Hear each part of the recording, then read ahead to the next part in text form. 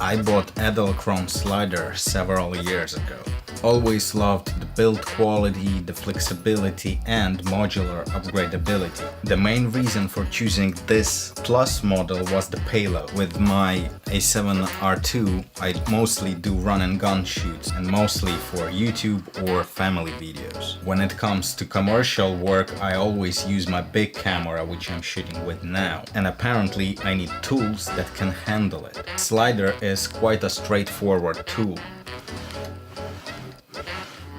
What I want to talk about is the thing that Edelkrone released quite recently. Something very cool. Edelkrone sent me their motion control system that allows you to use all possible axes on your slider.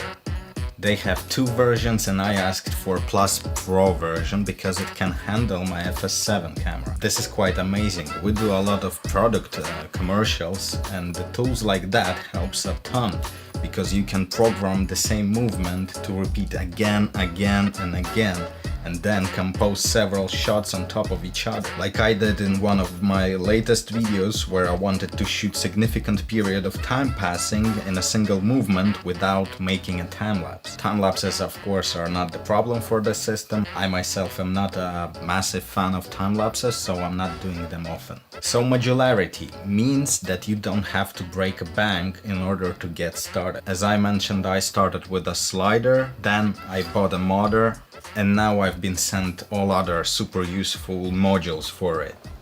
Lucky me. Talking about slider, what this one stands out with from all other competitors, it's its behavior on a tripod. When mounted on tripod, its travel distance doubles, so it's a really big deal to have this travel distance in a slider that small. All the modules can be powered by the same batteries. In my case I use NPF batteries to power my FS7, my lights and now the slider, but you can buy any bracket that mounts to the module and use any battery, Canon batteries, V-mount batteries, whatever you like. These batteries are quite big and can power the whole system for several days. No jokes. I left the whole system on repetitive movement for about 36 hours and it only used half of the charge. The app transforms depending on what modules I have connected.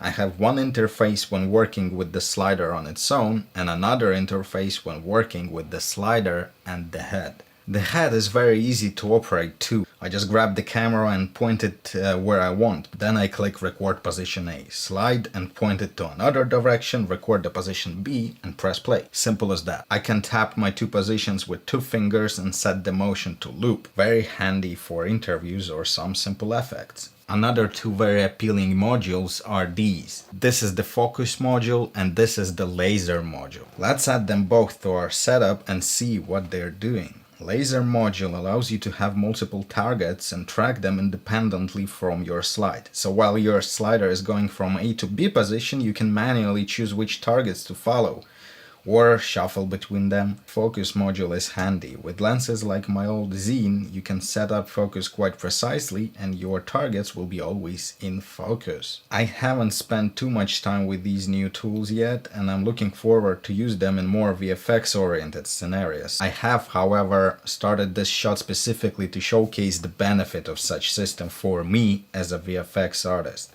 Without Edelkrone slider and head, I would have to spend very long time on rotoscopy, and the average quality of the shot would be much lower. Programmed repetitive motion allowed me to fully skip rotoscopy stage, just remove blue backdrop and compose two shots together, and everything in between them can be used for VFX. So basically the slider and the head allowed me to divide a complex shot into layers, and now I will do some fancy stuff with these shots. I will be making many more shots using this system, so stay tuned for more breakdowns. Thank you Edelkrone for letting me use your amazing system. Thank you for watching and I see you soon.